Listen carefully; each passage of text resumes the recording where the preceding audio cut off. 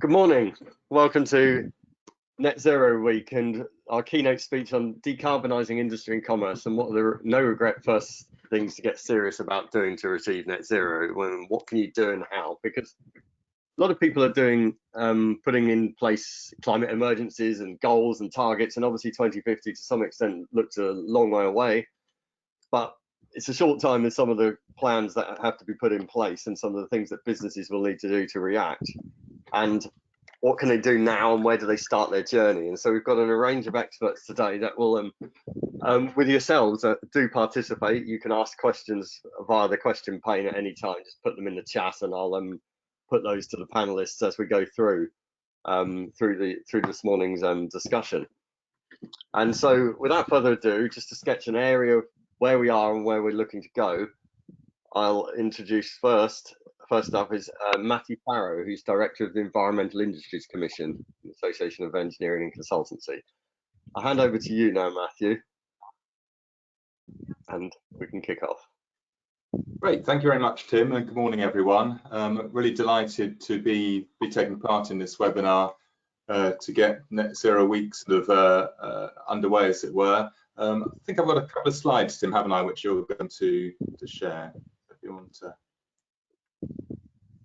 Yes, sorry.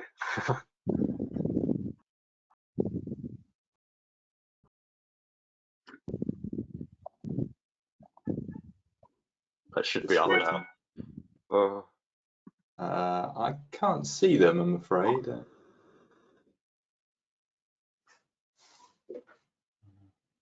No, they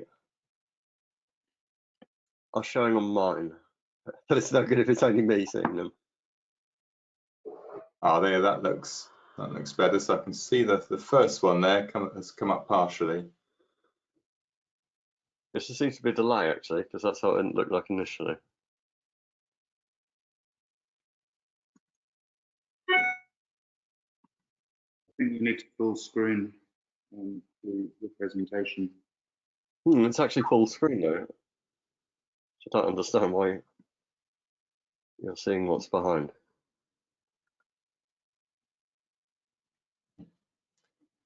Do you want? Shall I just talk through them, Tim? The slides were pretty simple, to be honest. Yes, so okay. Oh, there we are. Okay. Oh yeah, that's there we go. Okay, yeah. So good morning, everyone. I'm director, as Tim said, of two organisations for my sins: the Environmental Industries Commission and the ACE, the Association for Engineering Consultancy.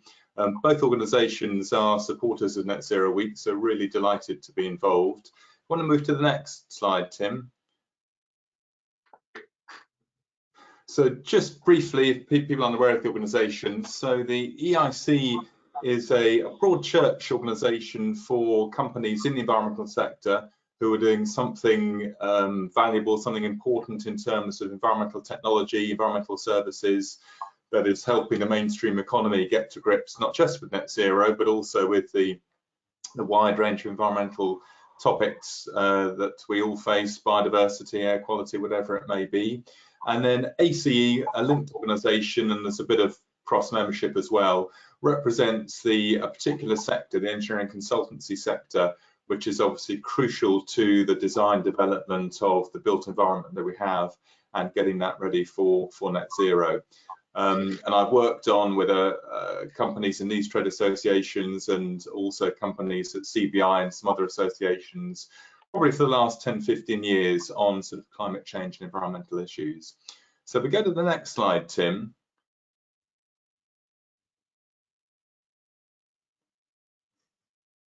Again, must be a bit of a delay. I don't see it coming up yet. Yes, I think there's a lag, unfortunately, but yes, it has gone on to it. Yeah, there we go. So one of the points I wanted to make is, obviously at the moment, net zero is very much a sort of topic of the moment. And I think it's quite striking that whenever you see Boris speaking about pretty much anything other than COVID, he tends to be talking about net zero, build back better, green jobs, green industrial revolution. And it's very much sort of part of the media debate and the sort of public and political debate. I thought, just as we kick off this morning, worth reflecting on the fact that there have been, to my mind, two previous occasions when there was probably almost a sort of comparable focus or interest in climate change. Wasn't called net zero then, but climate change. But I think this moment is different, and I just wanted to say a word or two about that. So the first of those moments was way back in the late 1980s when Margaret Thatcher was right at the end of her premiership, possibly looking towards her legacy. And she was actually the first major political leader or country leader to make an issue of climate change. And she gave a speech to the UN in 1989. There's a couple of quotes on the slide from it, when she basically said this is going to be one of the greatest challenges of our time. We have to work together as an international community and business and public sector to tackle it, and it's going to really shape the, you know, our societies and economies in the future. And you think, so that's what, 30 years ago, very sort of very prescient points to make. And at the time in the UK, the Green Party was having its first real success. It was probably polling, I think, at something like 15–20%. I think the European elections that year, where it came first, did extremely well. And for a couple of years, it seemed as if green issues were finally going to become mainstream in UK politics and with UK business. But quite quickly, obviously Margaret Thatcher herself was out of office. We had the recession of the early 90s, and issues faded away quite quickly. The second moment was probably the sort of mid-late 2000s, so sort of 2007–8, I would say. Ed Miliband at that time was in Gordon Brown's cabinet. He was the climate change secretary.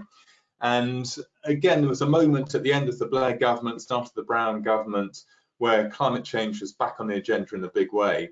And I remember working at CBI at the time, working with a lot of sort of FTSE 100 CEOs, all of whom wanted to be on the right side of the argument and wanted to be saying the right things about climate change, wanted their companies to be making commitments. So again, a similar feel, I guess, to today. We had the Climate Change Act, the first legally binding set of targets that the UK had ever had, setting this target for 2050. And again, it seemed like a lot of talk about roadmaps, how business would be transformed. And it did feel like, again, we're on the cusp of a real sort of revolution around green issues and climate change. But again, surprisingly quickly, obviously driven really, I suppose, by the 2008 financial crash, although the Climate Change Act was passed, and passed with almost no opposition in Parliament, all the ambitious policies which Miliband and the Brown government was developing started to be sort of put on the back burner. So there were, you know, there's an emissions trading scheme for the services sector called the Carbon Reduction Commitment. You know, very significant scheme. It was quite quickly toned down, turned into a carbon tax in the end. You had business associations pushing back, saying we're in one of the deepest recessions for decades. We can't cope with new regulation. And again, I think by 2010, you know, although David Cameron had a lot of green rhetoric, the focus had really sort of moved on. And then obviously you've got the current moment where, as I say, whenever Boris isn't talking about the pandemic, he's talking about net zero. Started at the end of Theresa May's government, and one of her last things she did, she accepted the advice of the Climate Change Committee and put in law this target to say we wouldn't just cut emissions by 2050. As a country, we'd actually reach net zero emissions. And I think actually there is something different about this moment. I think because the current drive, excitement around net zero has come at a time of economic difficulty as we've gone through the pandemic. I think that means that it's not vulnerable in the way the two previous moments were to an economic downturn and everyone losing interest. Secondly, I think it's been caught up in this mood about we are going to bounce back better after the pandemic. And you know, what everyone thinks about Boris's taste for those sort of slogans, build back better, Project Speed and so forth, I think the government, for a range of political reasons, has sort of intertwined the net zero agenda into this build back better agenda. And I think because of that, plus COP26, only what, 4 or 5 months away, plus the fact we do have these legally binding targets, to me it does feel like a different sort of attitude, atmosphere, both within government and in the business community. And so that's why I think it's really important that all businesses, whatever their size, whatever their sector, are thinking about this agenda and thinking about how they should respond to it. If we go to the next slide, Tim. So I'll keep this very simple because interested to hear the other panelists and hear the discussion and questions. But every business is different. You know, some businesses will be at different starting points, will have different exposure to climate risks or different sorts of emissions profile. But I think probably the sort of 5 steps I would say are relevant to any business that's just starting to think about net zero and what it might mean for it. And I think the first step is understand your emissions as a business. And I don't necessarily mean by that, you know, enormous amount of analysis and pinning down to the last gram of carbon exactly what your emissions have been over the last sort of, you know, 10 years or whatever. But just getting a grasp on what are the main sources of emissions from your business. Are they what are called direct emissions, so emissions directly produced on your site through your buildings, through your machinery?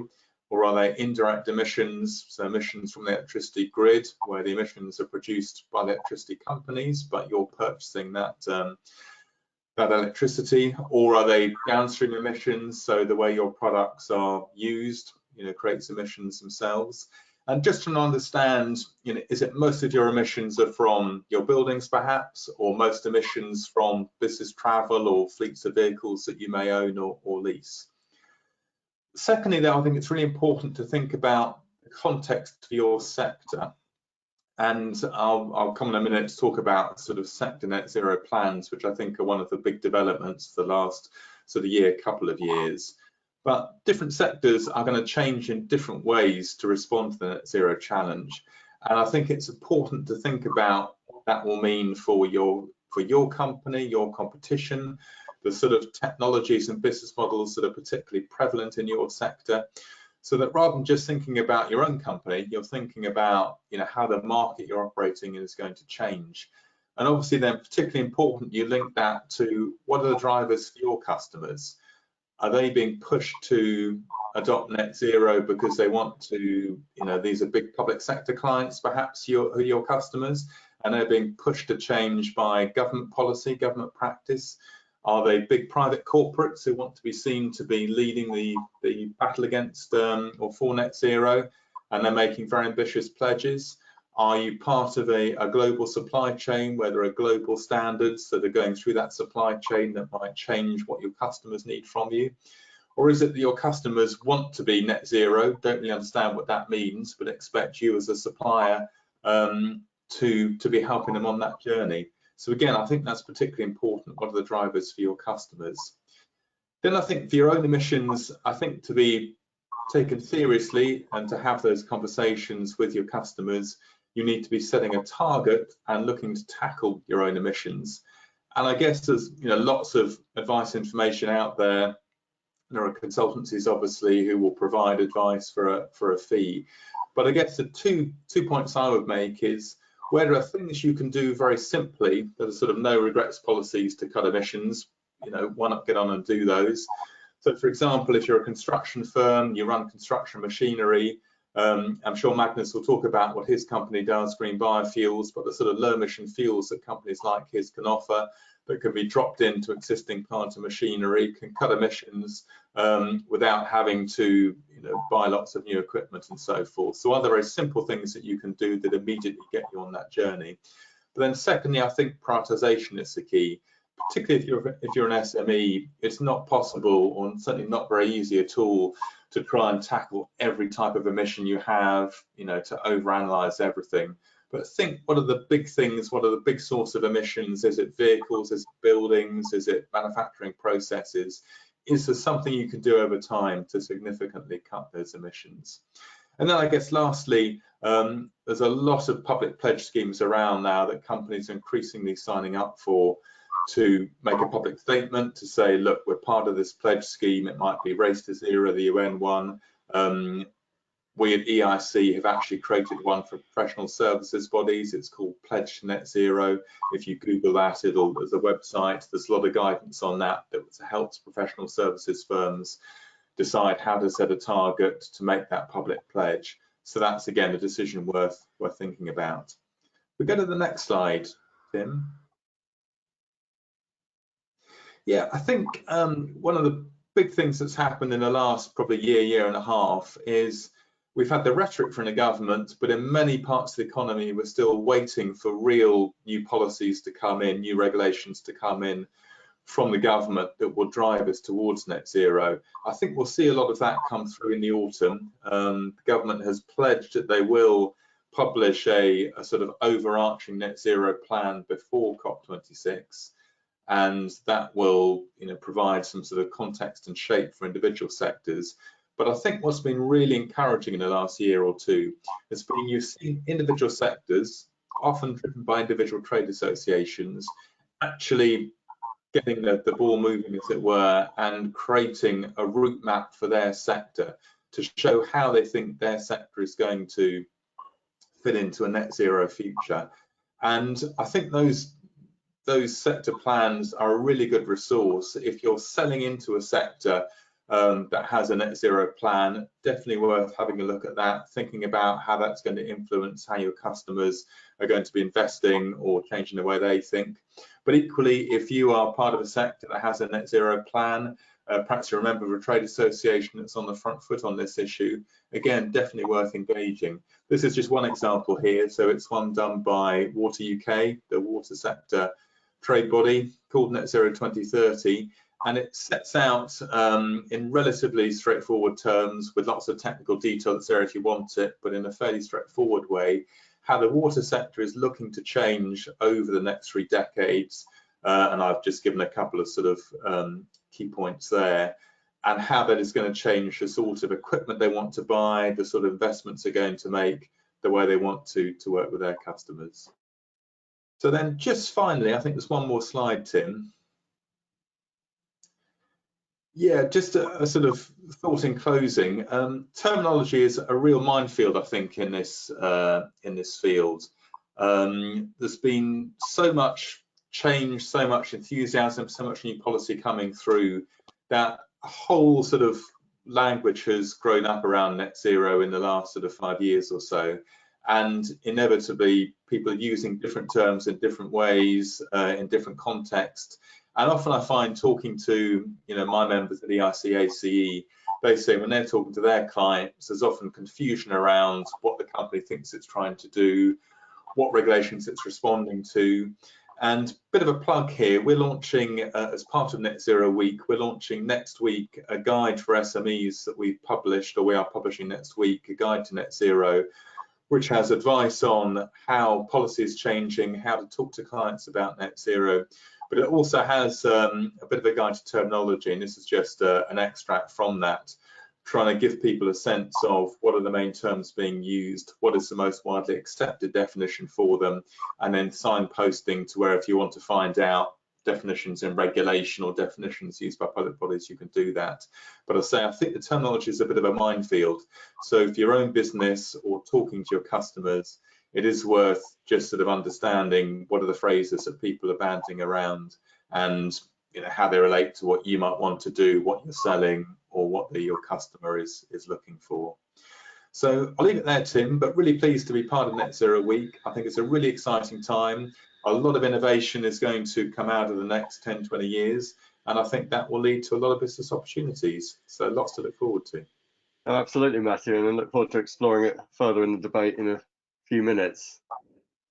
So now we hand over to Magnus Hammock from Green Biofuels, who will dive a little deeper into some actual specific solutions that you can start with on your journey to net zero. Magnus, are you there? I'm here, Tim. I've given you control, so you should be seeing your screen if you're... Okay, can everyone see my screen? Do we have the panelists at the top of it, or is that mine? Sorry.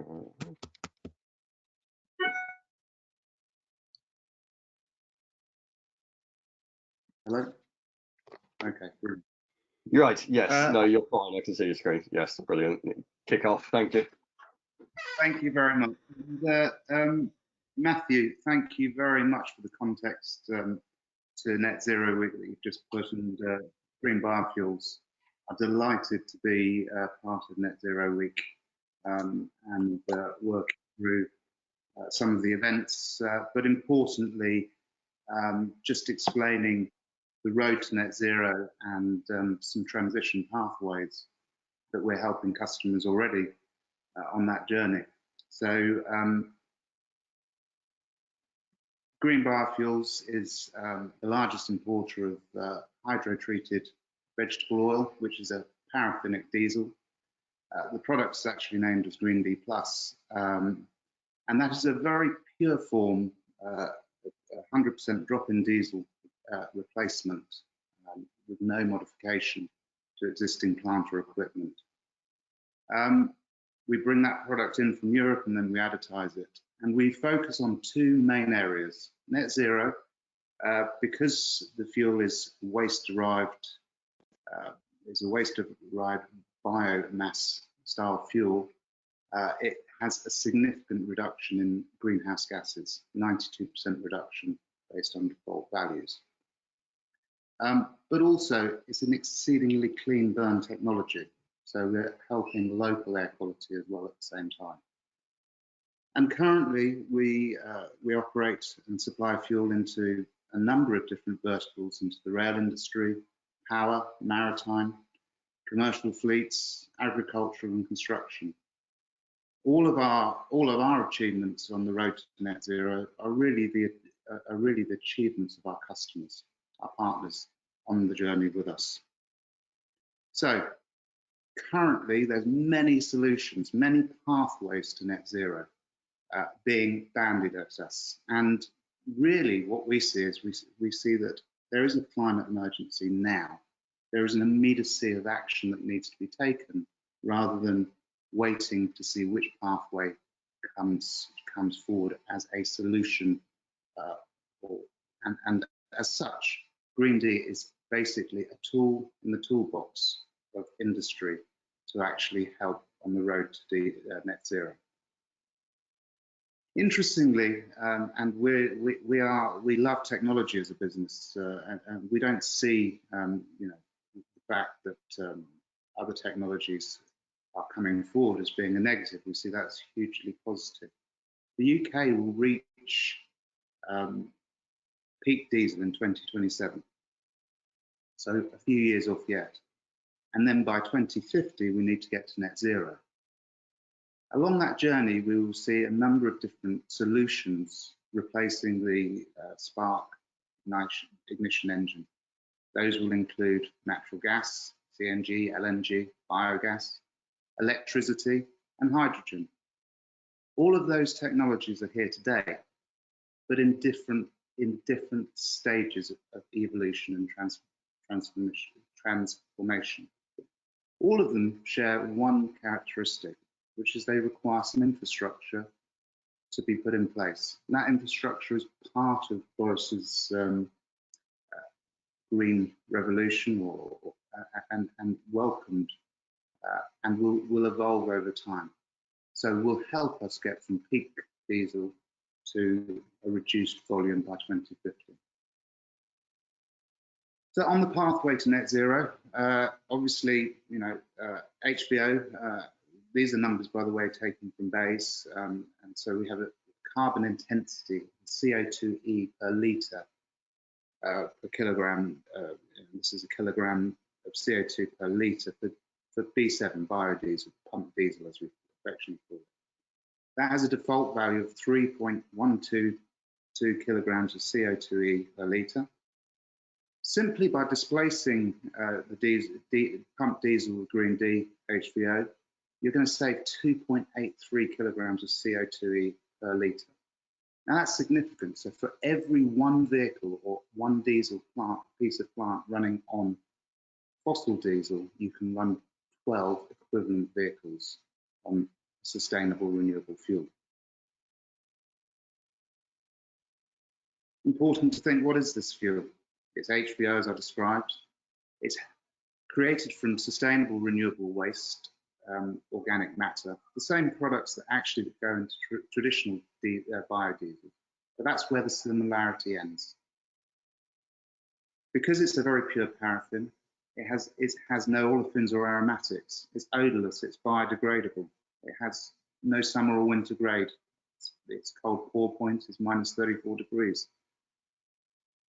And as a result, it breaks down more efficiently in the engine and therefore reducing particulates in the tailpipe. So from a planetary point of view, the reduction in carbon, but from a local air quality point of view, significant reduction in particulate matter and NOx. And that's really important, because not only do we see a need to decarbonise, but we also see a need to improve local air quality and our immediate environment.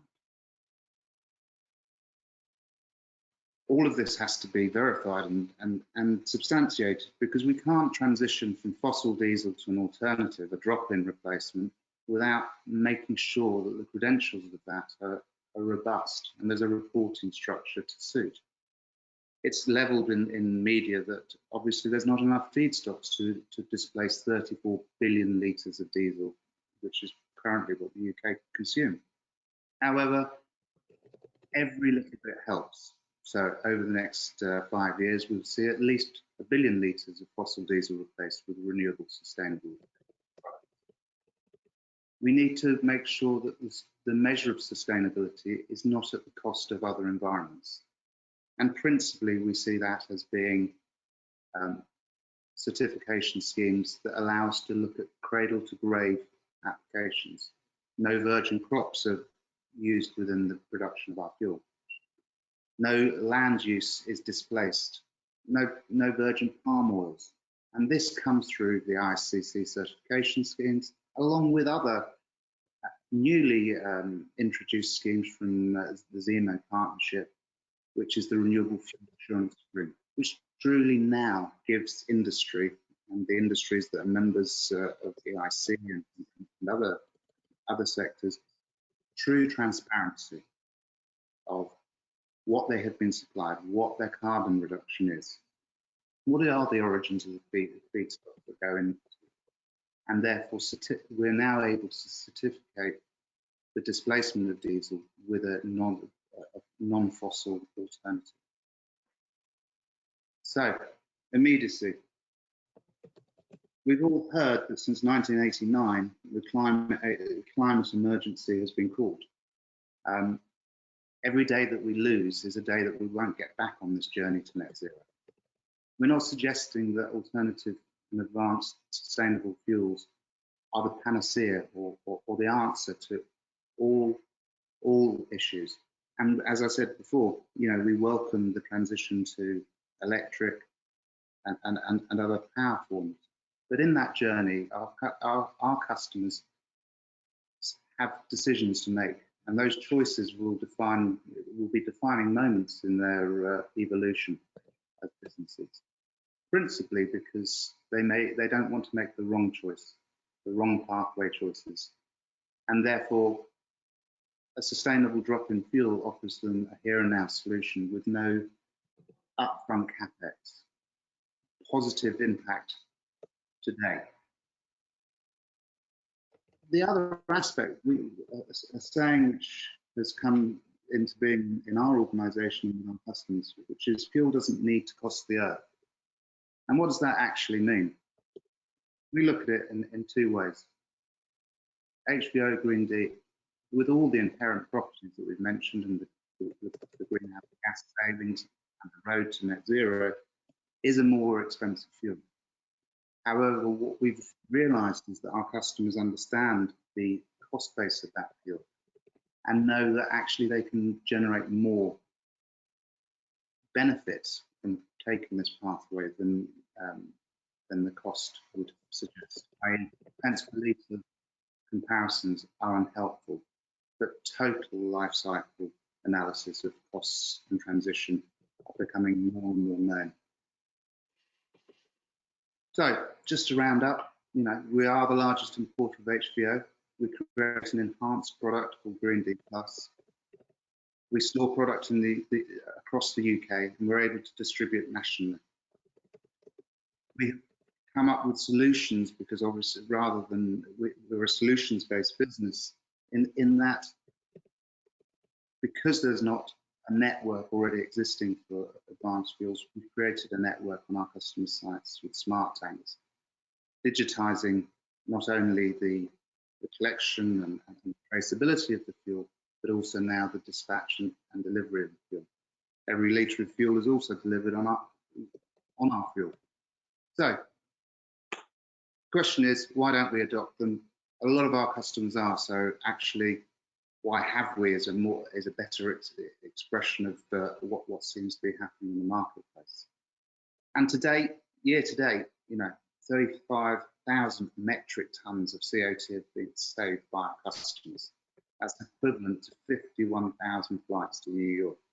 A significant dent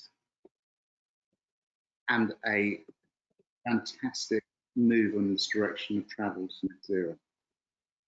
So thank you very much for your time. And as I said, we are delighted to be part of this Net Zero Week and our customers, on behalf of all our customers. Many thanks. Great. No, thank you, Magnus. Right. Now we head over to Joe Fitzsimmons, who's Senior Policy Advisor for the Institute of Directors. Joe, are you there? Yes, thank you very much. Yes, brilliant. Yes, if you'd just like to introduce sort of the IOD's viewpoint on net zero and how businesses should take it. Absolutely, thank you. Hi everyone, it's a pleasure to be here with you today. I'm really excellent hearing from Matthew and Mangus already. My name is Joe Fitzsimmons, and as you heard, I'm the Senior Policy Advisor at the IOD based in our London office. And sustainability is one of the policy areas that I lead on here at the IOD. Just in case you're not familiar with the IOD, the Institute of Directors is Britain's oldest representative body for directors. We represent around 20,000 directors of predominantly small to medium-sized businesses. So there are two sort of key items that I'm keen to share a little bit more detail on here today.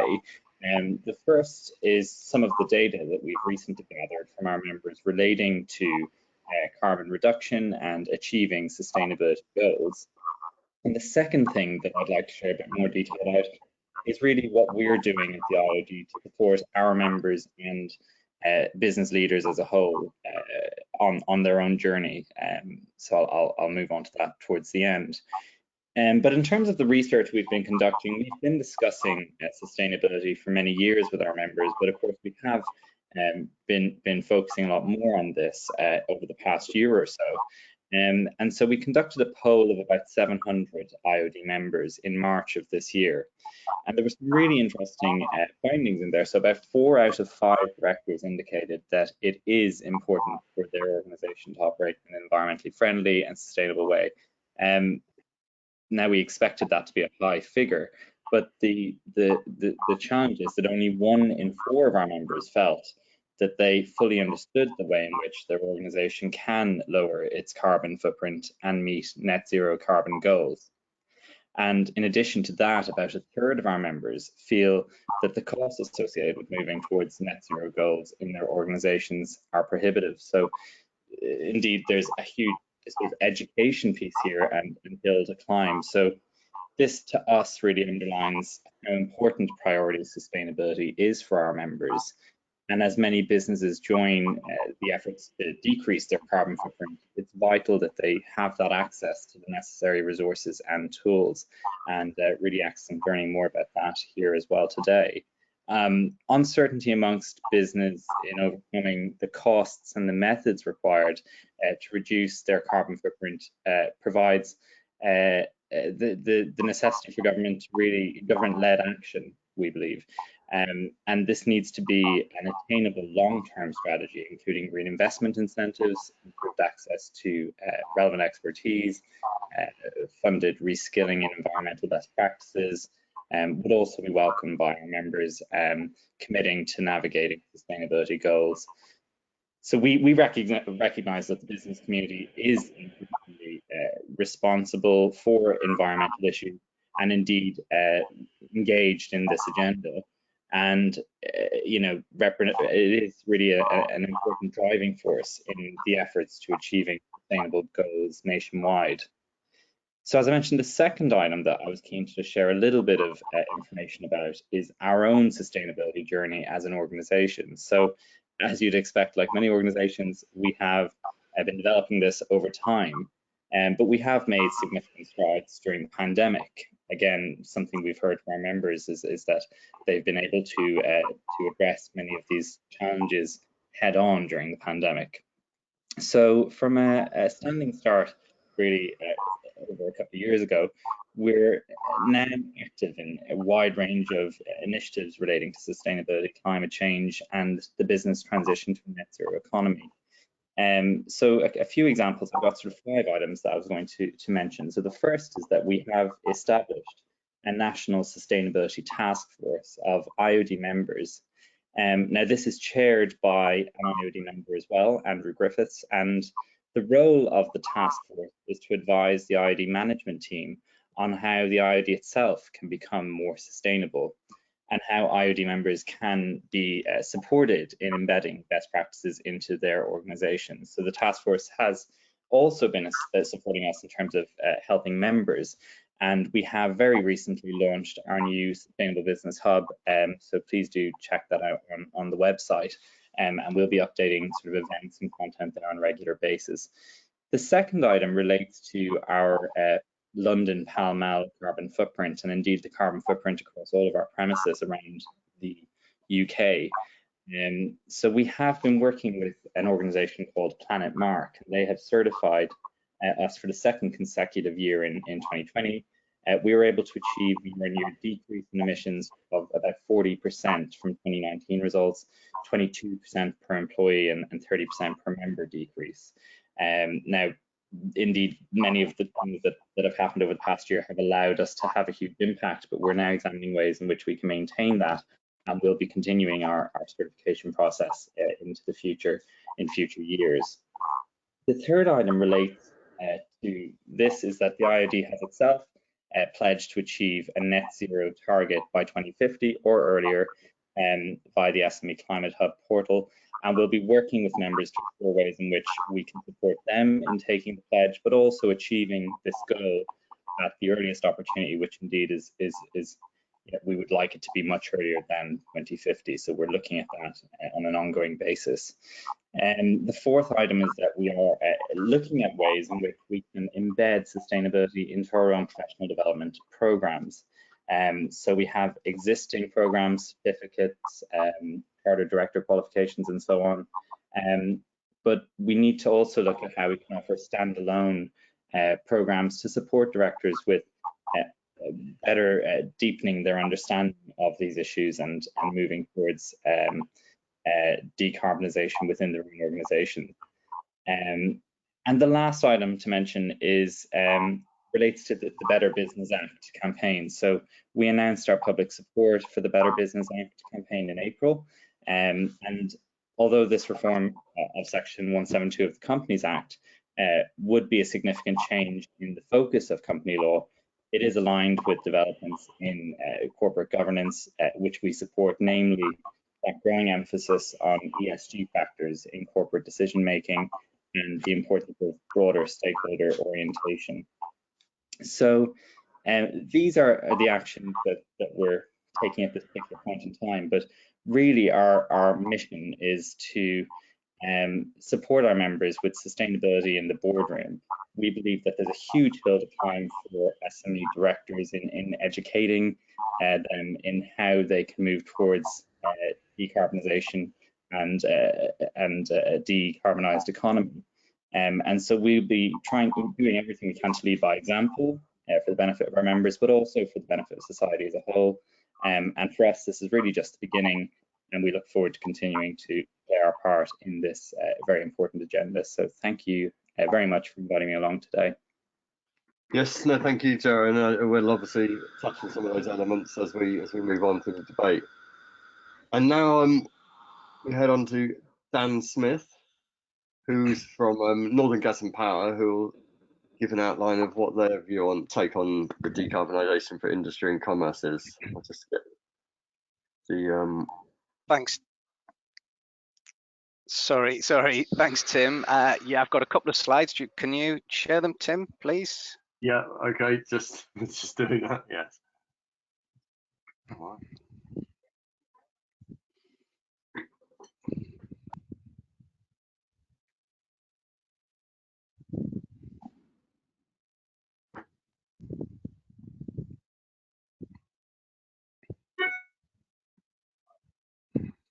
Can you see them? There we go. Yeah, do you want to just go to the next one? There we go. Thanks. Yeah, my name's Dan Smith. I've got about 30 years experience in energy and carbon management, chartered energy engineer. I kind of got into energy before when it was more of a cost saving exercise as opposed to a carbon reduction exercise, which is very much what it is now. Over those 30 years, I've worked with loads of different sectors and businesses, from heavy industries to commercial properties to you name it. We've just done some energy efficiency on crematoriums, for example, from China, Africa, Eastern Europe, Western Europe, pretty much everywhere. I've worked on both sides of the coin as an in-house energy manager for many different clients and also from a consultancy point of view. So over that time, I've designed and implemented many energy and carbon reduction strategies and energy management systems. So that's just a bit of a preamble to say I'm coming at this very much from the customer's point of view, real actionable things that customers can do right now to drive their carbon reduction strategy. Here at Northern Gas and Power, we have a team of energy managers who work with thousands of customers, reducing their energy, reducing their carbon, reducing their costs. They all come together, to be quite honest with you. It used to be a cost reduction exercise. Obviously, things like carbon, the net zero week that we're talking about now has driven carbon to the front of the agenda, and we all know why, and it's obviously incredibly important that we do. But carbon management, energy management, it all ties in very well together. So can you go to the next slide, please, Tim? I've tried to summarize on the next slide a very high level thing of what, when, and how businesses, what they can do. So going into a business, and this works for any size business, big, small, you know, sole traders, multinationals, it doesn't really matter, to be honest with you. There's more work required on the bigger companies, but the principle is the same, whoever, wherever, whatever you are. Now, the banner at the bottom of that slide is an assumption, and it's a huge assumption. It says carbon reduction is supported at the highest level of that company, that business, that corporation. That's essential. It's a bold assumption to make. If carbon reduction, if energy management is not supported at the highest level, the company's going to struggle. It needs to be discussed at board level. If it is, obviously resources can be assigned, costs can be assigned, and then actions can happen. If it's not, if it's a bit of a tick box exercise, which unfortunately still happens now and again, the company is always going to struggle. It's gonna work around the edge. It's not going to get to the crux of the matter. So number one, high level buy-in. The appetite has to be there for carbon reduction. I think it is now. Things like we're doing, the news every day. Hopefully, the appetite for carbon reduction is there. It has to be there. This is not an option anymore. It has to happen for businesses. The benefit is carbon reduction equals cost reduction as well. So hopefully that will help get buy-in at board level, but that really is essential. Going down the bullet points on the slide, if I'm going into a business, first point, they need to take ownership, be transparent, full disclosure, and benchmark where they're at right now. This can be, it's very easy to look at the emissions from your properties or your processes, but like Magnus was talking about earlier on, transport fleet, just as important. Scope 1, Scope 2, Scope 3 emissions. Benchmark yourselves. Bigger businesses are falling into the SECR reporting now, which is streamlined energy and carbon reporting. And this is a yearly mandated thing that they have to do. And it's basically publishing their kilowatt hour, their energy use and their emissions over Scope 1, Scope 2 and Scope 3. So big companies have now got this benchmark. Smaller companies should establish a starting point, find out where you're at now, what your carbon emissions are, If you're going to reduce them, you need to know where you're starting from. It's as simple as that. If you don't benchmark them, you're not going to know how well you're doing. You're not going to know what progress you're making. You're not going to be able to assign targets. If your target is net zero, fantastic, but you may not be able to get to net zero. So your target might be 40% reduction, 60% reduction, but against what? You've got to have a benchmark. To get that benchmark leads into the third bullet point. Be aware of your own skills and resource. Do you, as a company, know what you're doing in terms of carbon reduction? Have you got the skill in-house? Do you need to go external? Don't be scared to go to external consultants to help you, because, like I say, if you don't benchmark it properly, you're not going to get the right kind of solution going on. There is a lot of consultants out there. We do this for companies that will help you with this. Just know what you've got. It's not as easy as I'm going to buy green energy. That's really quite a common thing. It's okay, we've got a green contract now, so therefore we're carbon neutral, aren't we? It's really not that simple. So you need to know what you're going to do. You need to know the skills in-house, resource available as well. Once we've got a benchmark and we've set a target, we need to know how we're going to get there. So yeah, let's buy green energy, but we need to put a full strategy in place.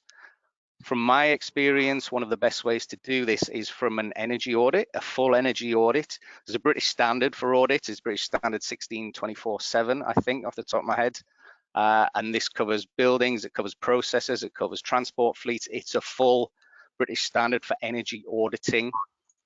Now, out of a good energy audit, you should get lots of actionable measures that can be taken. And I'm not just talking about high cost stuff. They should always be your no cost stuff, operational behavioral maintenance. Let's work your assets better. Let's optimize what you've already got. This is the operational kind of thing.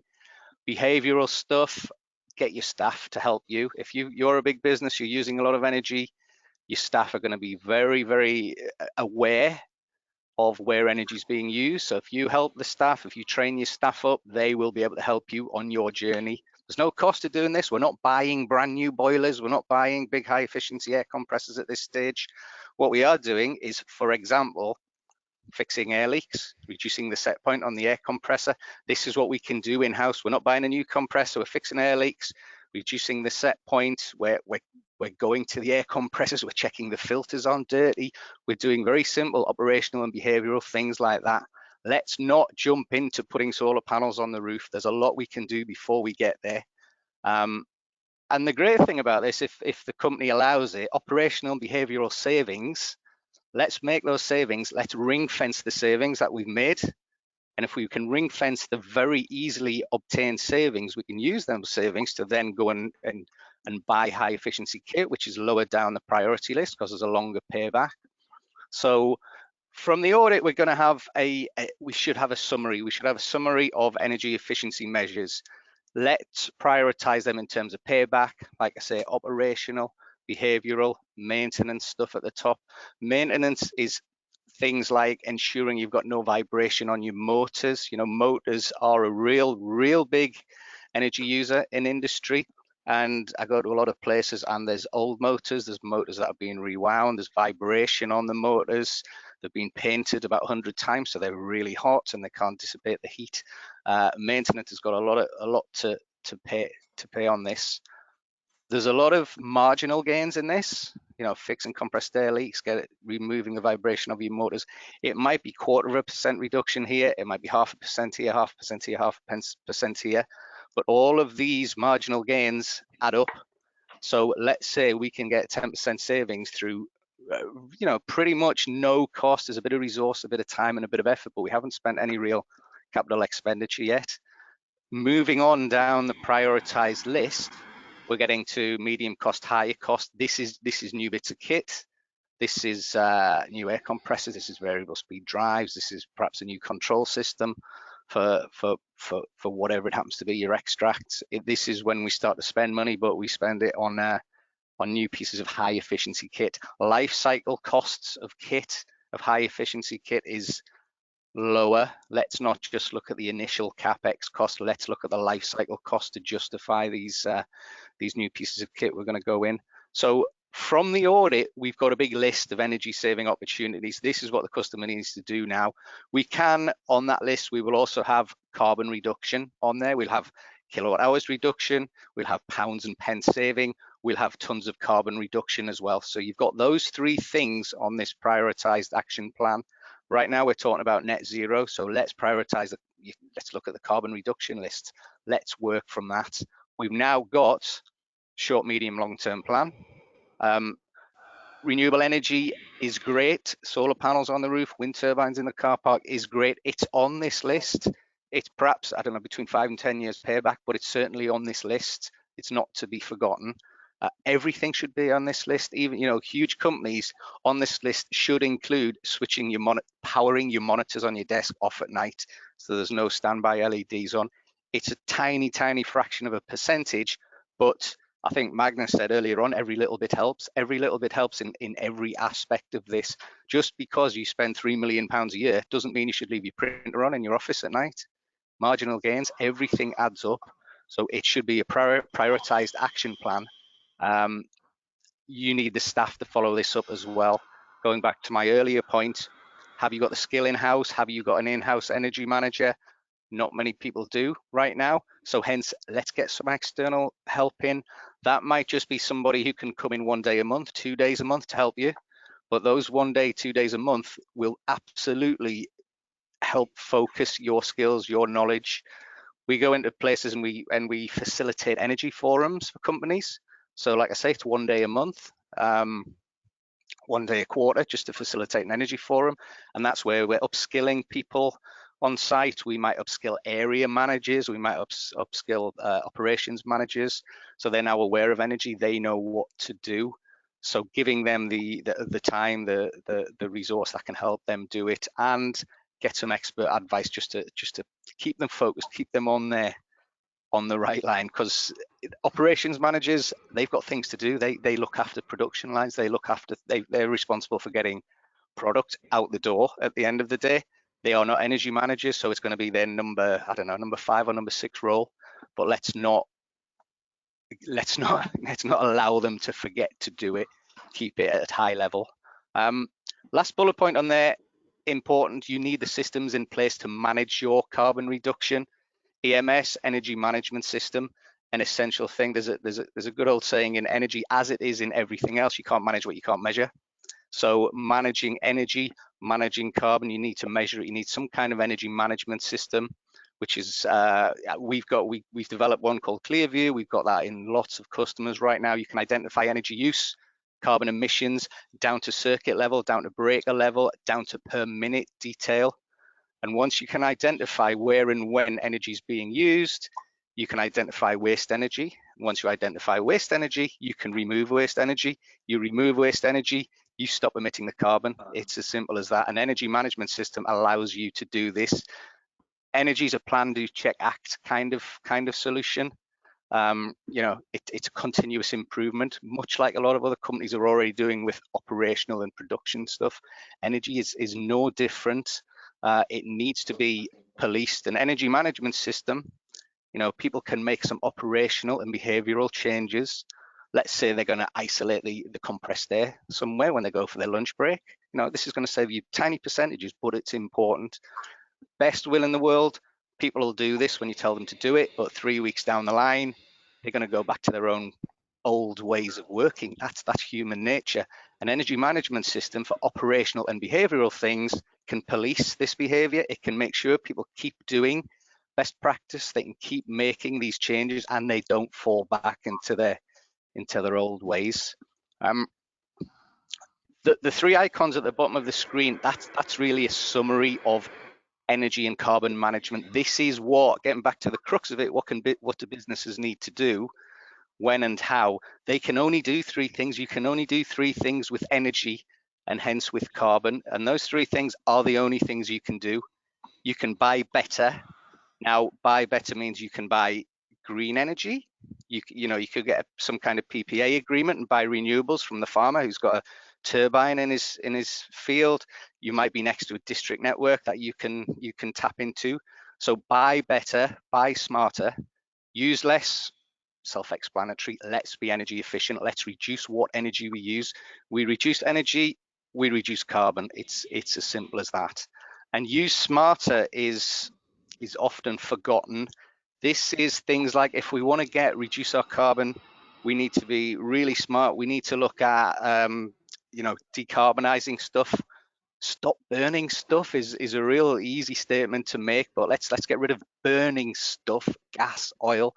Let's electrify everything, and as the grid decarbonizes, you will then hence decarbonize your site. Using smarter is about doing things like a pinch analysis in a process line where you might have heating and cooling everywhere for all types of processes.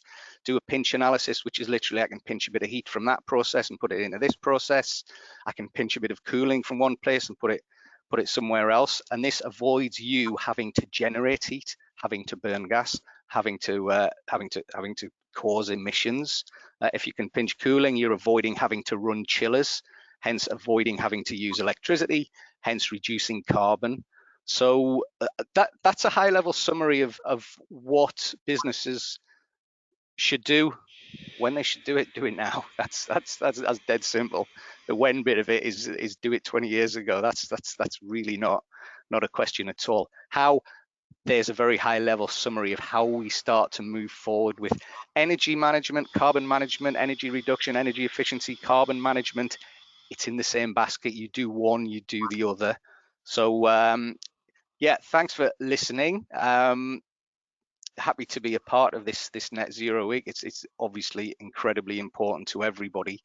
So we're looking to help as many of our customers as we can. We're pushing all of this information out to all of our customers and helping all of them do their part for carbon reduction.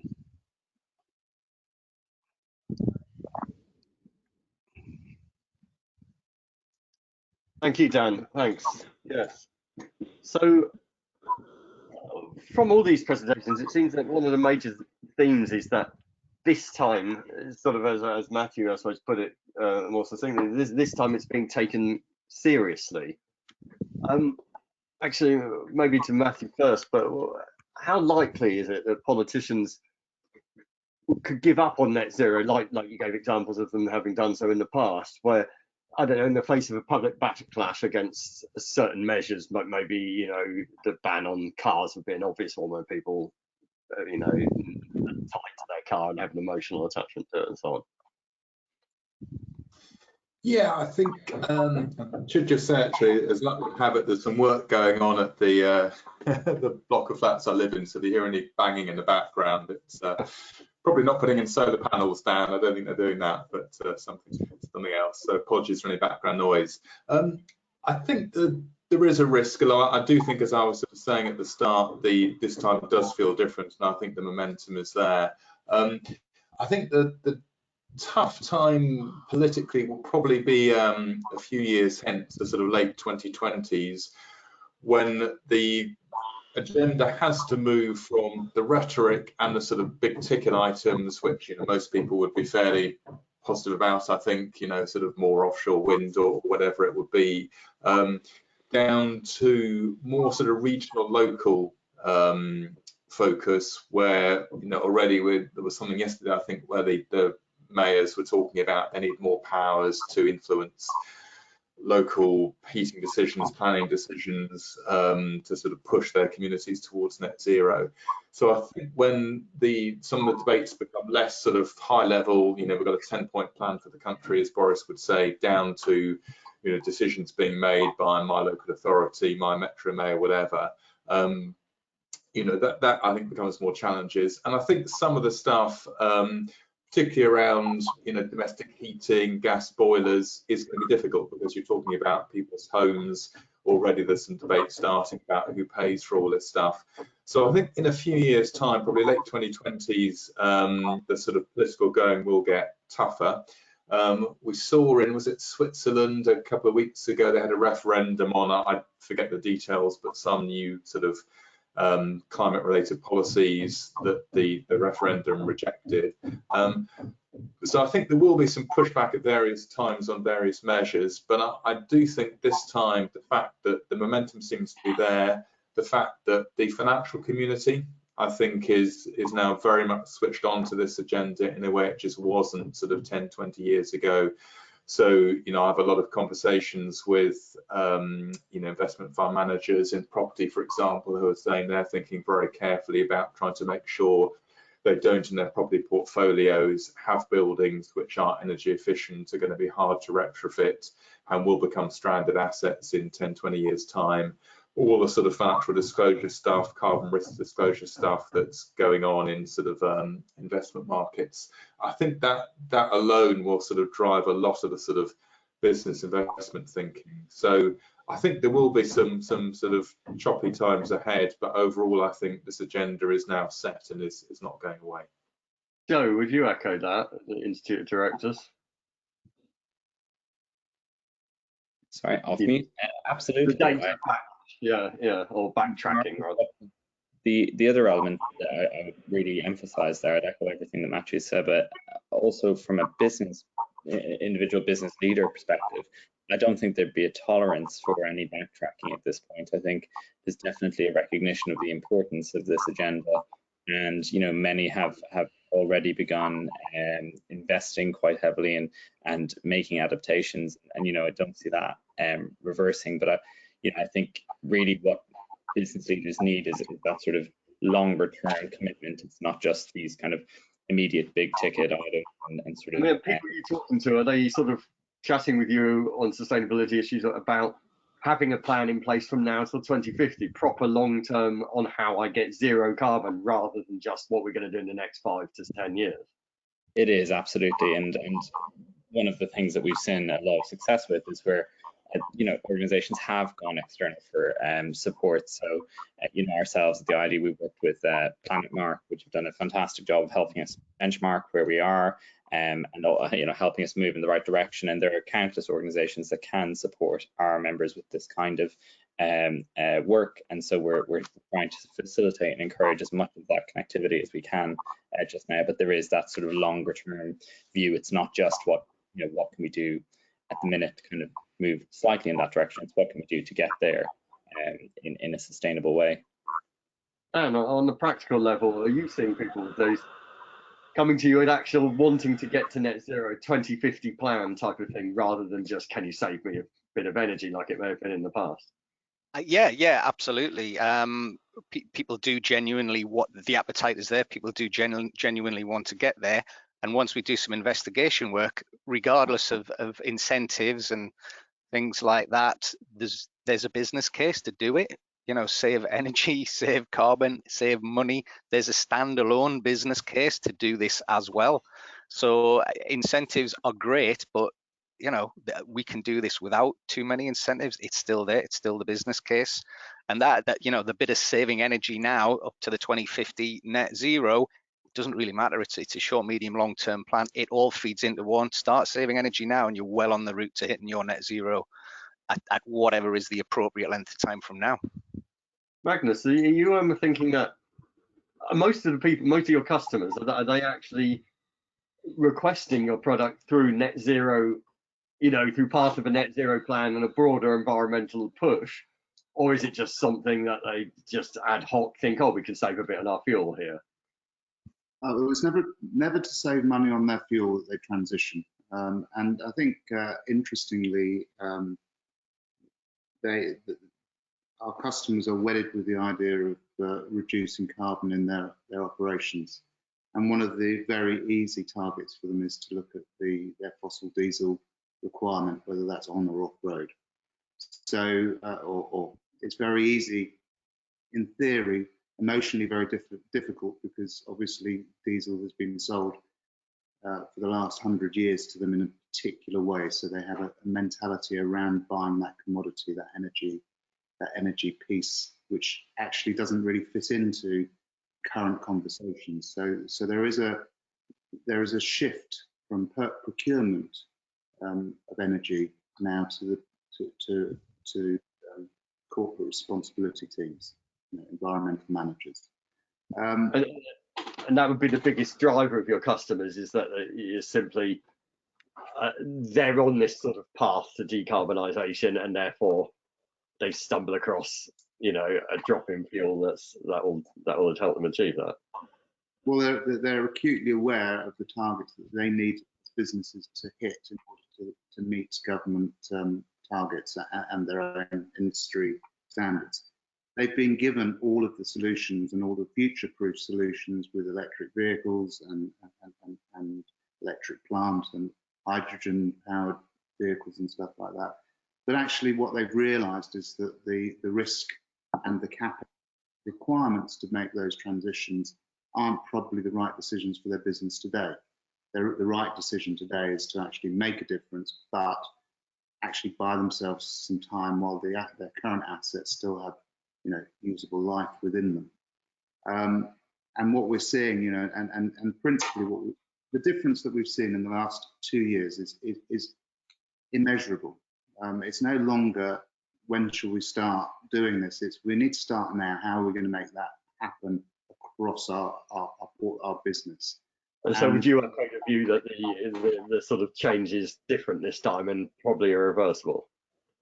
Absolutely, and people with the help of people like Dan and EIC have absolutely started to really investigate what matters within their business on this journey. Interestingly, you know, a very well-known and loved baker in the UK that we've been supplying for 3 years hit the 30 million mile mark on sustainable renewable fuel last month.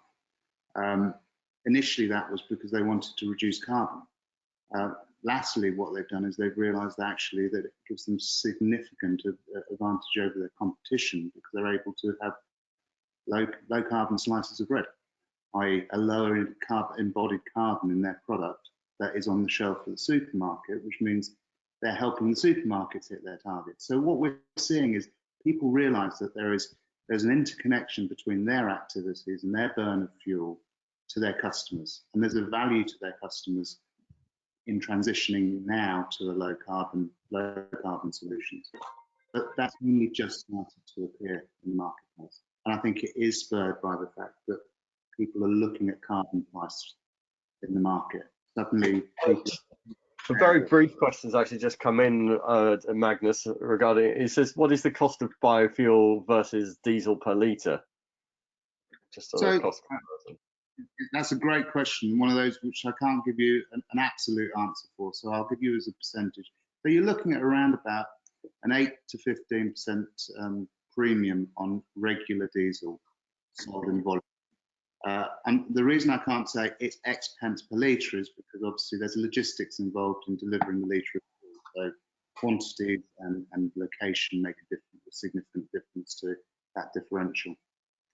I think worth noting in this forum, though, is that obviously the red juicy subsidy disappears on the 1st of April 2022, and I think that will be significant to help people who had previously had subsidised rates of fuel to actually make a transition to a low carbon fuel, because the differential is less on a road fuel than it is on a subsidised duty fuel.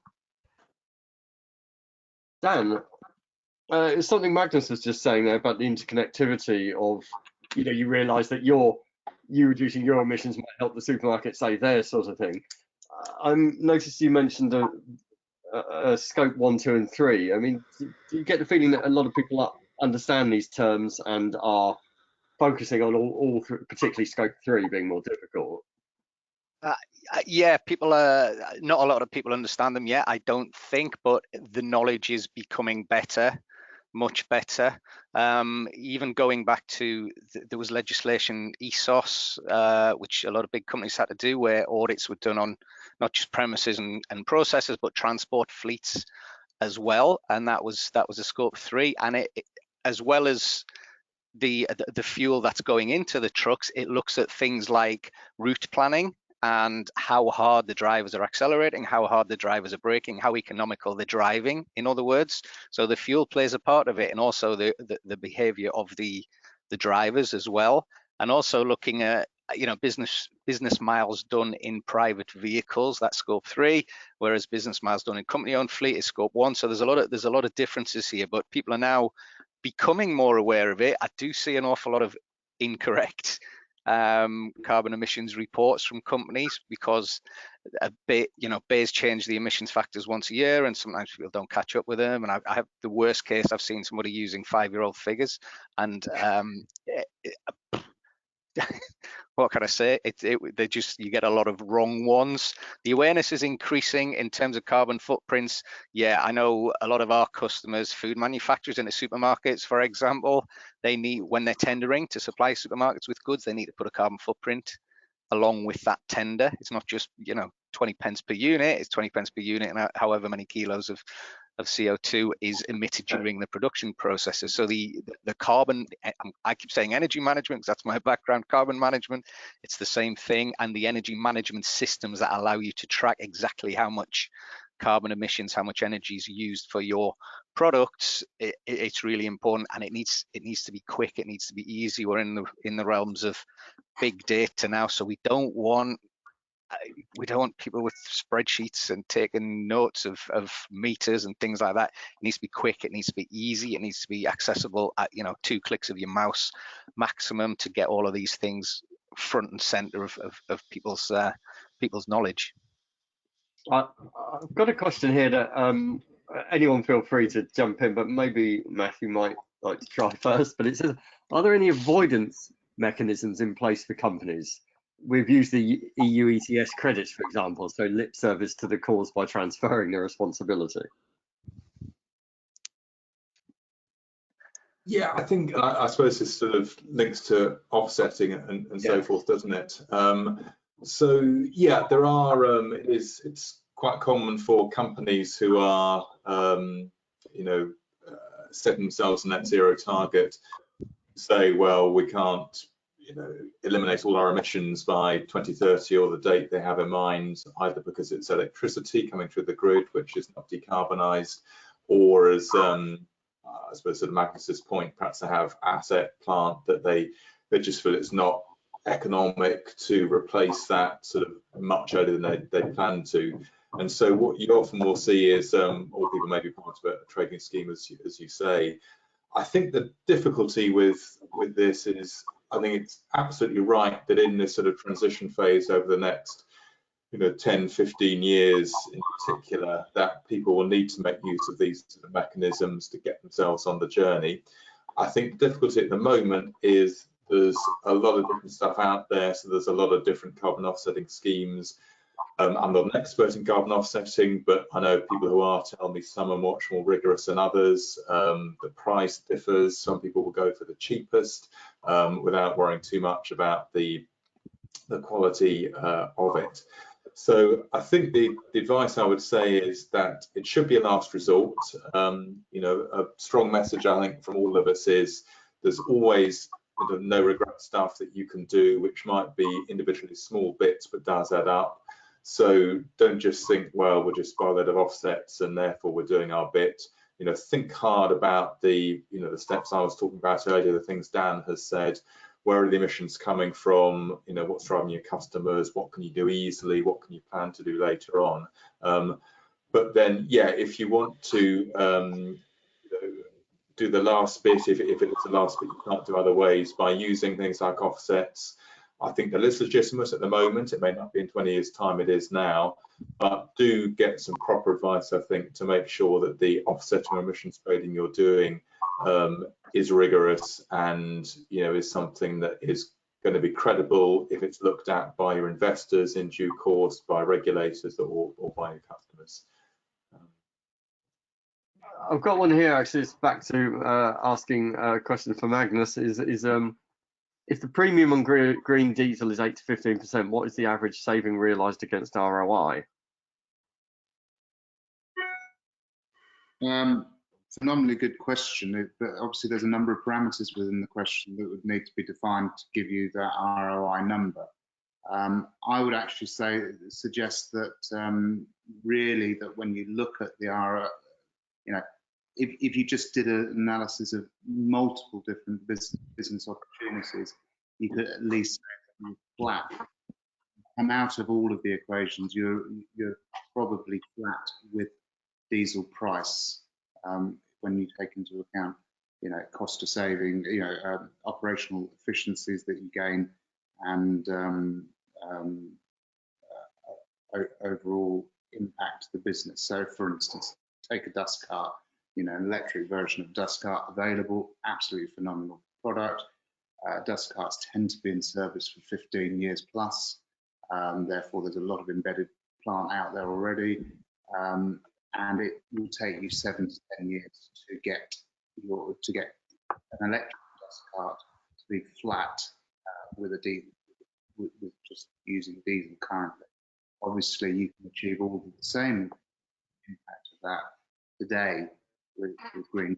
So, I suppose a waffly way to say, I think when you start looking at the overall operational cost, the way in which it's procured rather than a pence per litre and a floating pricing structure mechanism, which is affected by a lot of external forces, i.e. foreign exchange, oil stability, regional stability, and that, what you find is that over the long term, I think it's very easy to see that most of our customers see a very small marginal increment over, say, a 2-year period to the diesel price. Then when you factor in the efficiencies that you get, the serviceability efficiencies, and you see it. So your return on investment, that's kind of a difficult one to answer unless you have a very specific detail. Got another question here. This is how does ESOS and ISO 50001 fit in with the ESG landscape, so the environmental social governance landscape? I'm not sure who would like to attempt that one. But how does ESOS and 50,000? If I could just jump in there, ESOS and 50,001 are great. 50,001 is a good energy management standard. ESOS has, or did when it was first done in 2015, brought energy front and center.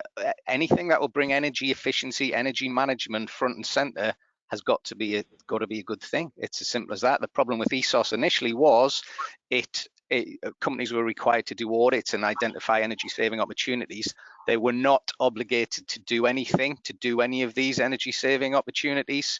So more often than not, there was a lovely report stuck in the filing cabinet and never actioned anymore. But now people are going back to their old ESOS reports and going, hang on, we've had something in the past that mentioned energy saving and carbon saving.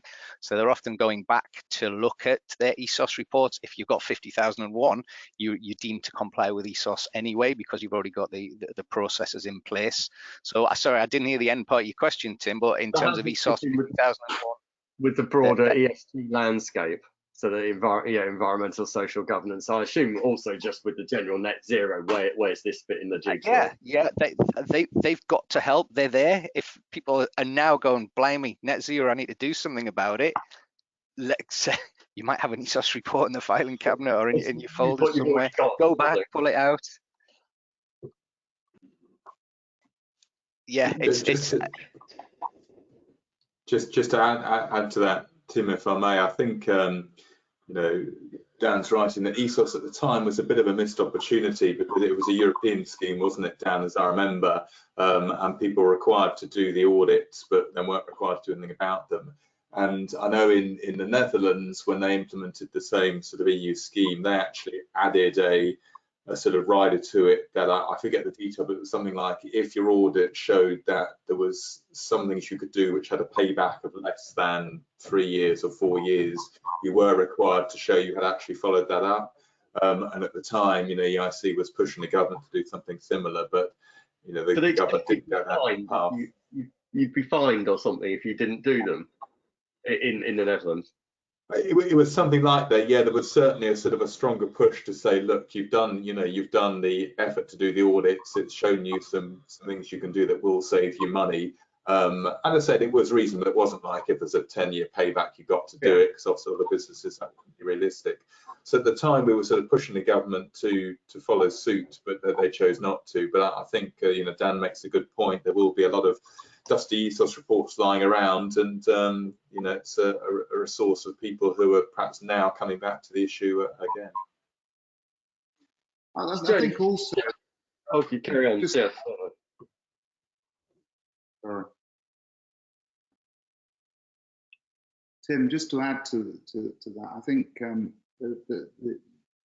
finally we are seeing some quite interesting schemes put in place to help the measurement of these of people's transition. So, you know, and those will filter in, I think, over the next couple of years. So I mentioned the ZEMO scheme, which is the renewable fuel assurance scheme, which was led by the Department for Transport. But there are other schemes like that which are helping the end user get simple, transparent data around their energy savings. So I think the upscaling of those tools for you know, SMEs and large businesses will be a significant contributor to better reporting in the long run and action being taken. Joe, what's your thoughts on the fact that there are so many schemes?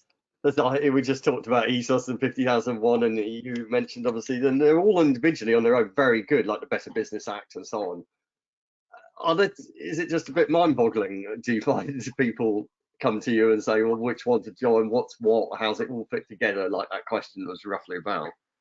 Absolutely, yeah, it's interesting. One of the other briefs I lead on is our skills agenda at the IOD, and there's increasingly sort of similarities amongst the two, is that there's really a very complex landscape for business leaders to navigate. And when you do know where to start, you're sort of okay. But for many of our smaller, it's really for SMEs, you know, where they don't have that in-house resource, being able to navigate exactly where to start or exactly what to prioritize. That's the real challenge. And the reason I compare it to the skills agenda is there's just so many new initiatives, you know, during a period where organizations have really been in survival mode more than anything over the past year. So it does pose a real challenge. What we try to do is distill as much of the information as we can and present it to members. But often it is that sort of external support that can really help.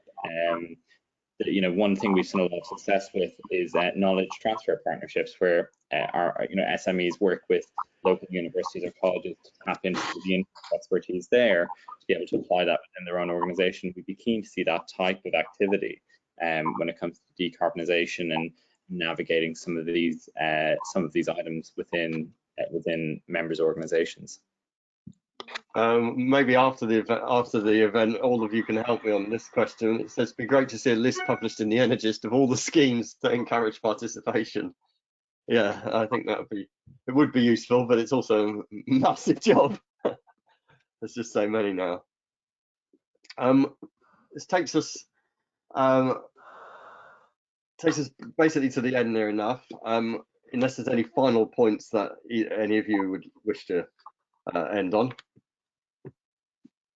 No, well, thank you so much for your time today, and thanks everyone for listening. And don't forget, we have more keynote sessions later today, covering the electrification of the UK and how that's going to be achieved.